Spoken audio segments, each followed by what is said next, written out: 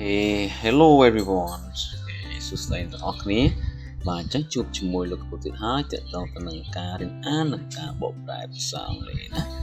បាទអញ្ចឹងថ្ងៃនេះលោកគ្រូមាន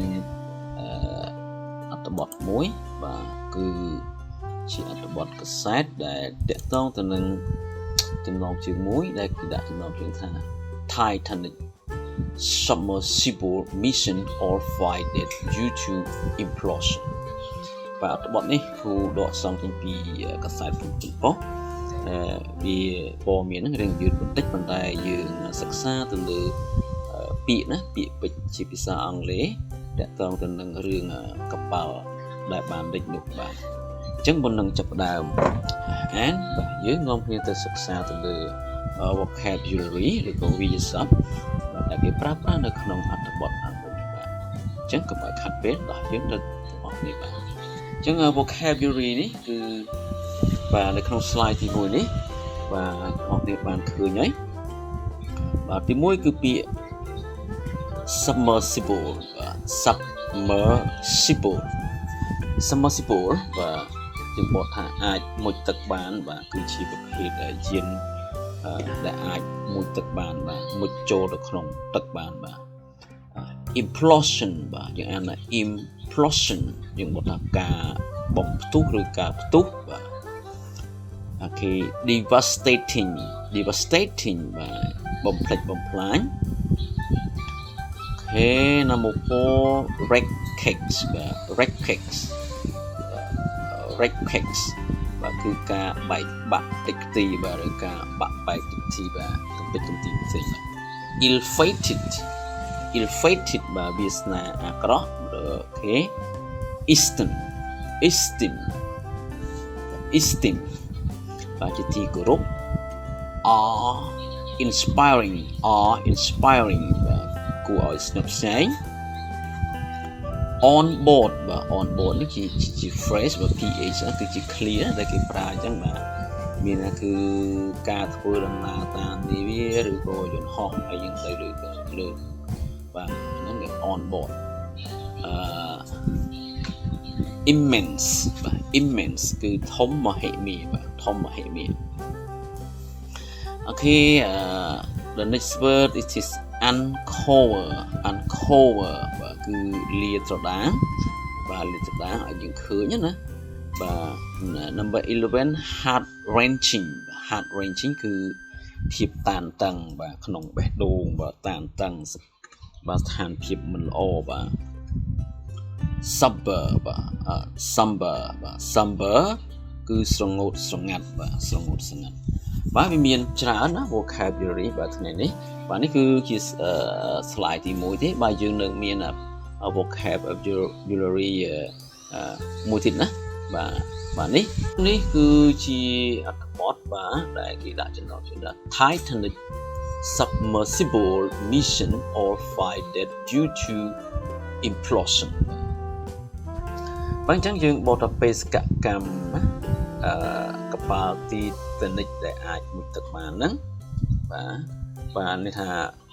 មនុស្សទាំង5នាក់ហ្នឹងទាំងអស់ហ្នឹង all 5គឺបានស្លាប់បាទ due to បាទដោយសារតែការផ្ទុះឬបន្ទុះបាទអញ្ចឹងគឺគាត់ស្លាប់ហើយបាទអញ្ចឹងយើងទៅអានតើរឿងរ៉ាវយ៉ាងណាខ្លះណាអ្នកនរគ្នាបានដឹងជាច្រើនហើយប៉ុន្តែនេះយើងអានដើម្បីយើងចេះពាក្យមួយចំនួនដែលគេប្រើប្រាស់នៅក្នុងអត្ថបទហ្នឹងណាបាទ in a devastating turn of events that has left the world in shock the Titanic's submersible mission to explore the fabled wreckage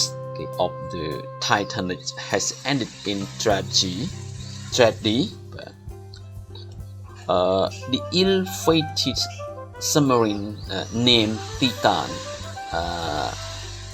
was carrying a crew of 5 individuals who embarked on an adventure បាទឥឡូវយើងធ្វើការបកប្រែក្នុងparagraph ទី1បាទអញ្ចឹងនេះ turn of events មានបាទប្រាក់មានការផ្លាស់ប្ដូរនៃព្រឹត្តិការណ៍បាទអញ្ចឹងការផ្លាស់ប្ដូរនៃព្រឹត្តិការណ៍ដែលធ្វើឲ្យមានមហន្តរាយឬក៏ការបំផ្លិចបំផ្លាញមួយ và đại ban bần đà ao has less cứ less nó bên một thằng bần đà ao bên đó và một bị lịch sử này chắc ban bần đà ao bị phụp lô chọn nơi không phim tọt sọt và tọt sọt chẳng bạch và chẳng những bộ tổ một tiết như một thằng này những bộ mission đi một đó và phải cả cám mời submersible để anh thực bán là chỉ thỉnh chỉ một cặp bao chắc phải cả cam đó là cặp bao để ai một thực bàn và bỏ vào thì thỉnh đó cứ làm bay rốc và phải cả cam có cứ explore và rốc nơi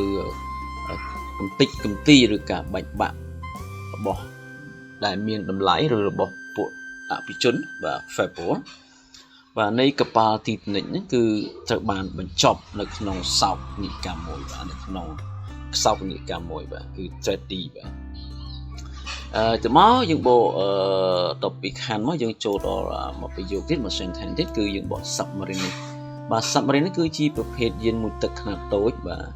là phần top và chẳng ni viมุตขนาดโตได้สำนางบัดหลอvà chung một là Titan và Titan chỉ chung một ghế là chung một inflated submarine và trong này là gần Scorpio Navy một tầng khá tối chỉ sao ông lấy tham mấy nên người dùng bảo vệ submarine và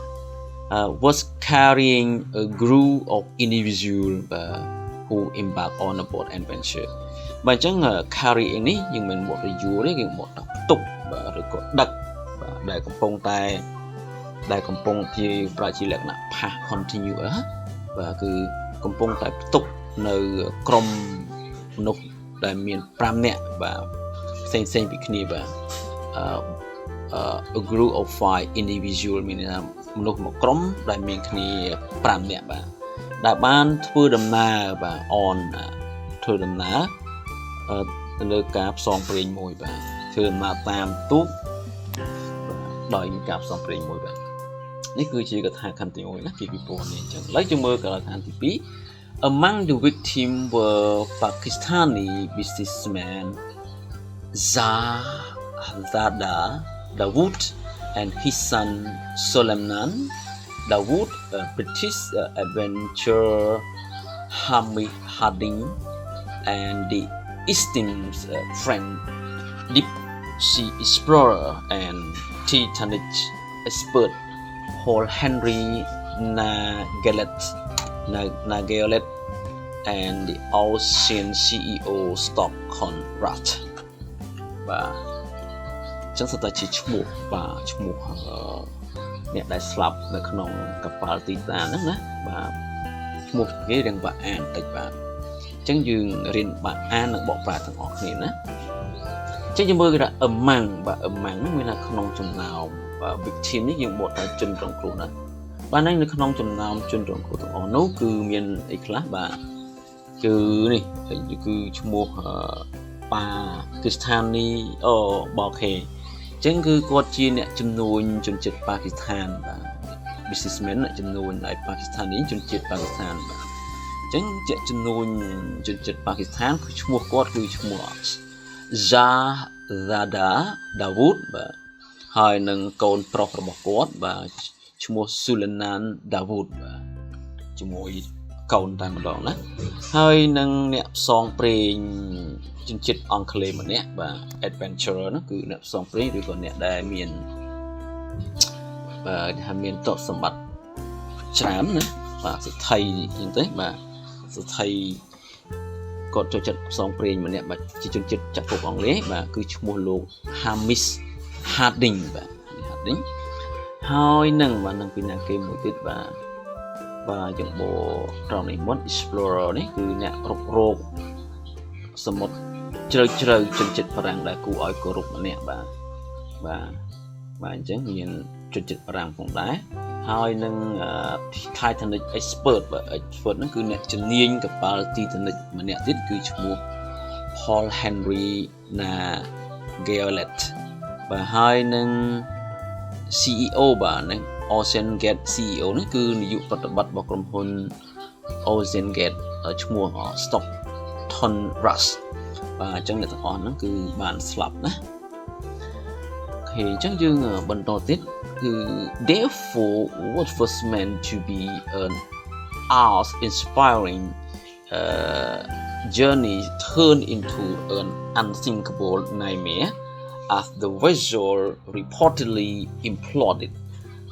tragically taking the lives of everyone on board. បាទដូច្នេះបាទយើងបក therefore ដូច្នេះបាទគឺវាមានន័យថាដូច្នេះគឺវាមានន័យថាមក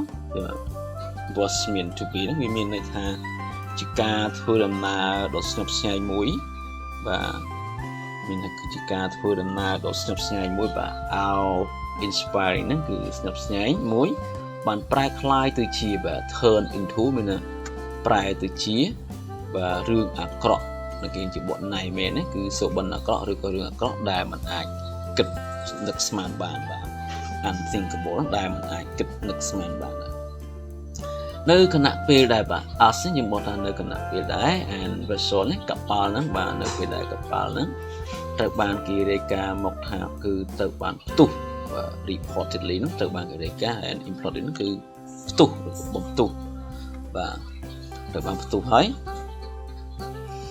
គេ tragically ដោយមហន្តរាយឬក៏ដោយសោកនាដកម្មនោះគឺបានឆក់យកជីវិតអ្នកទាំងអស់គ្នានៅលើនេះវានោះបាទអញ្ចឹងបានឆក់យកជីវិតមានថាបានស្លាប់យ៉ាងសោកនាដកម្មបំផុតបាទ As news of their missing spread, an immense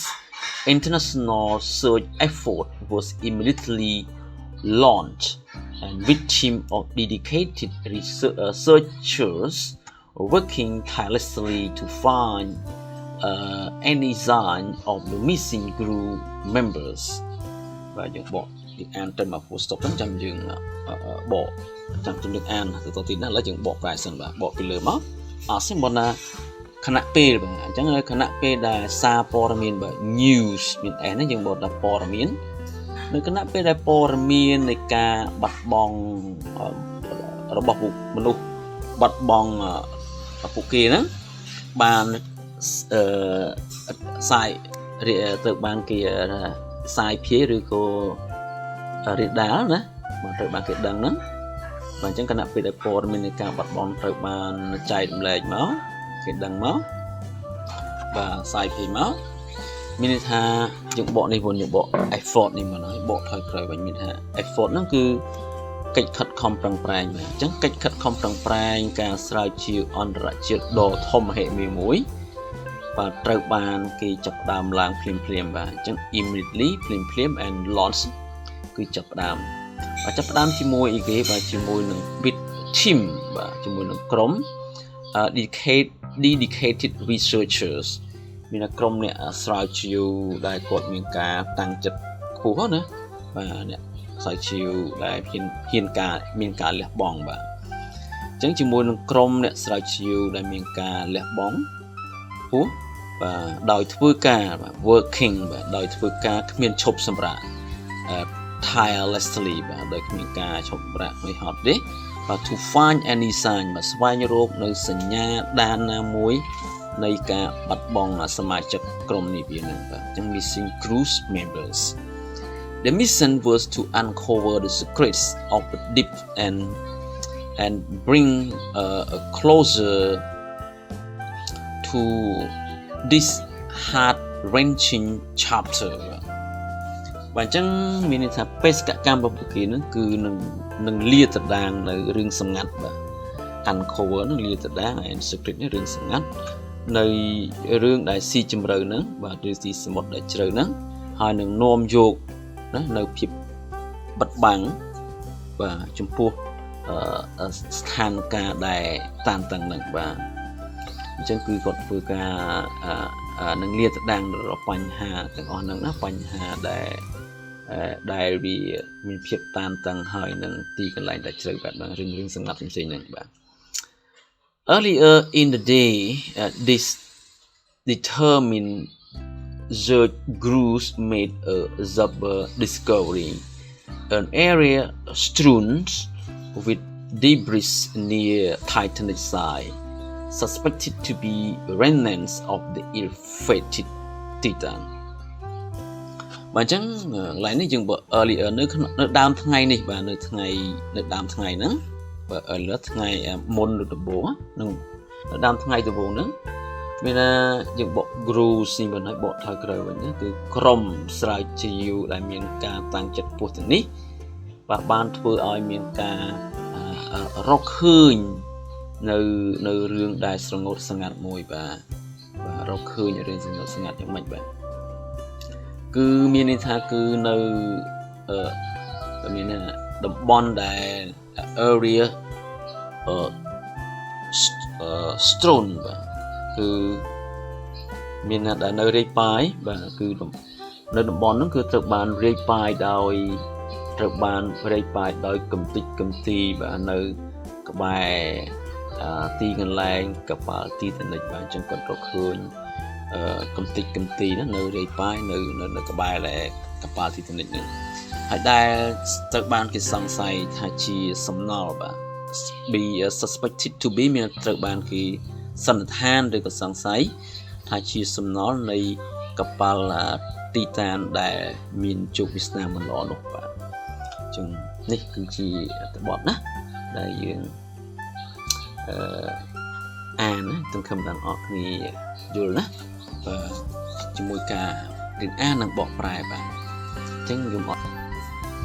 នេះគឺជាការរៀនអាននិងការបកប្រែណាអញ្ចឹងបើសិនជាអានទៅខ្វះខាតឬលើសលុះឬបកប្រែយ៉ាងណាបាទសូមអធិស្ឋានពីអ្នកសិក្សាទាំងអស់ណាបាទអញ្ចឹងរួមមានប៉ុណ្ណឹងនេះខ្ញុំសូមអរគុណសូមជម្រាបលាបាទ